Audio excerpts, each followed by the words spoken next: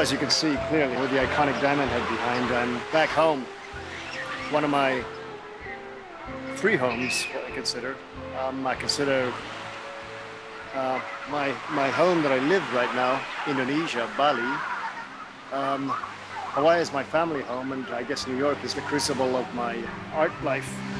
But we essentially grew up all over. Never spent more than 2 years in one place.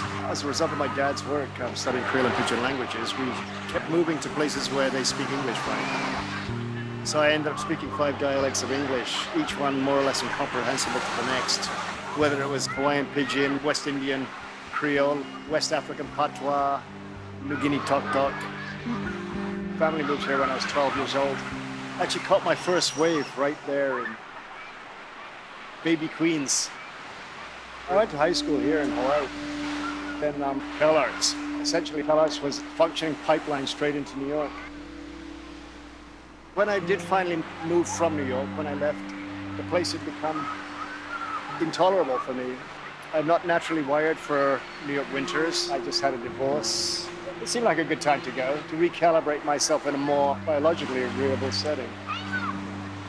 At that point, I decided that Bali, where I'd been going on and off for years, we push frontiers, we push envelopes, we push margins. We're always looking for something beyond. Sometimes we do it in studio, what's often referred to as deep studio space. Sometimes it's done materially, sometimes it's done, as in Gauguin's case, or the Orientalists before, through geographic movement. And sometimes there's a ripping up in context. What Magritte did with surrealism, perhaps Gauguin and Van Gogh were attempting to do by their moves to Arles. And since I grew up traveling, and in order to sustain the dialogue that essentially was the essential construct of my mind, I had to move. I had to recontextualise myself in different geographic settings. I did not want to become one of those people who was chasing what I felt was a retrograde fantasy in Bali. I wanted something else. Those very first early Bali paintings I did, the triple self-portrait, Flamencos, which was the family portrait of the central figure meditating in a pyramid. Joan and the Cosmos, the woman urinating. People thought that I'd run off to some, crazy otherworldly exotic island and come up with these, ideas, essentially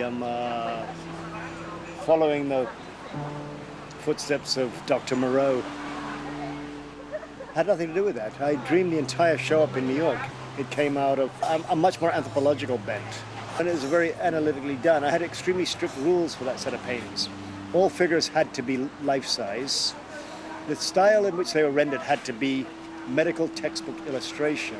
And the overarching rule had to be could happen.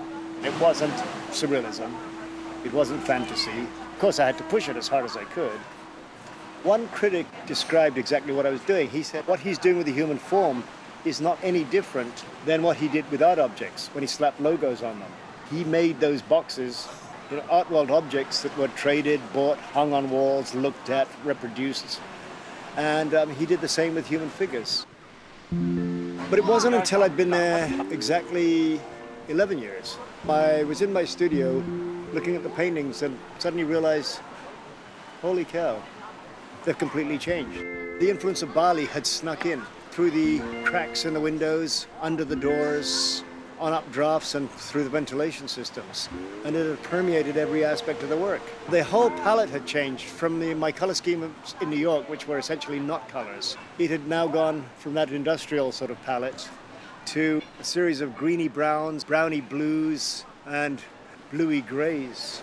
And the entire composition of the work had taken off from what is the Batuan school of painting. An older school came out of Bali in the mid-50s. It was kind of a revelation to suddenly realize that while trying assiduously, studiously, to avoid any sort of external influence, after 11 years there, it had permeated every damned aspect of the work.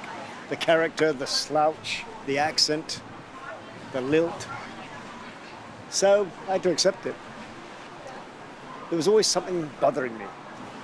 The elephant in the room. Always sort of breathing down my neck, haunting my psychic spaces, like a sort of dark gorgon. And that was Gauguin. I mean, no matter how little you might care about the fellow, once you run off to a bloody island to make art, doesn't matter if you want to make art about that island, to be inspired by that, these comparisons are going to be made. His name is going to be invoked at every turn. Everything you do is going to be seen through that filter. So this was a huge boogaboo, and finally I said, okay, you want Gauguin? I'm going to give you Gauguin. I'm going to just heap it on you. I'm just going to throw it at you. You're getting it all, exoticism, escapism, eroticism, cultural adventurism, otherness, sensuality, sexuality, color, raw, pure. Yeah, I'm going to throw it at you in dobules and globules and dollops and duck. Two Tahitian women. I've done at least 2 or 3 paintings based on this image. And at one point I merged it with Warhol's Silver Double Elvis. But this one keeps coming up. It lends itself to many, many different approaches because of its purity and simplicity.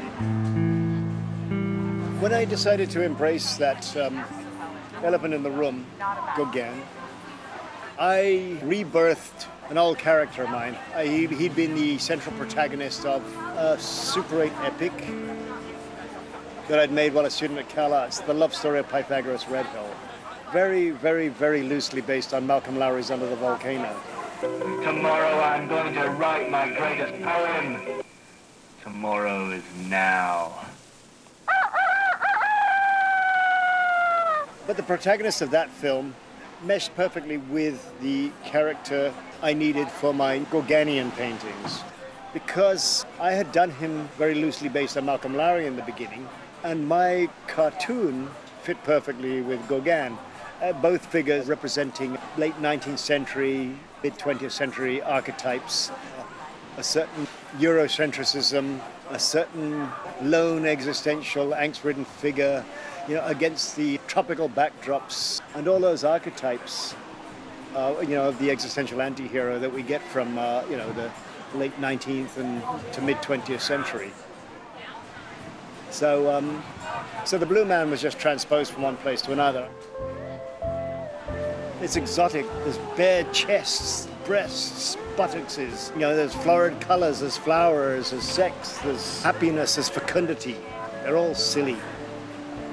Intentionally silly. They're just things, you want a painting, I do a painting. That's it. You got a painting. Put it in a frame.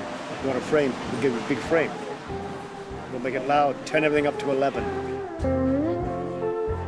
When I finally tackled Gauguin, I didn't tackle so much his overall project. I tackled the trail of things that he left in the world. I believe our drinks are here. Right here, thank you. Mahalo.